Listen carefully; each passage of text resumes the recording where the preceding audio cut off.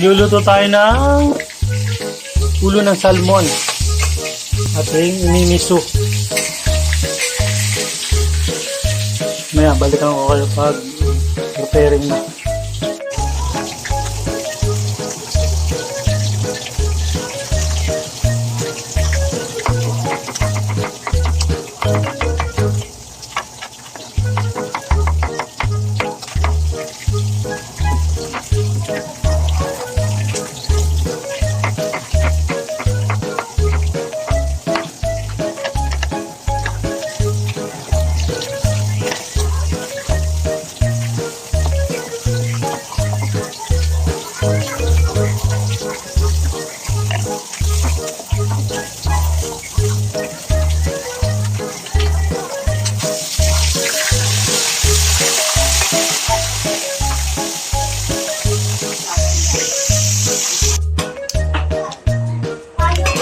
Natin ng sigang sa miso.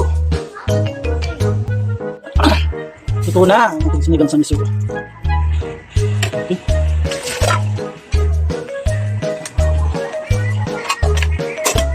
Ito na ang ating ulo ng salmon. Sinigang sa miso.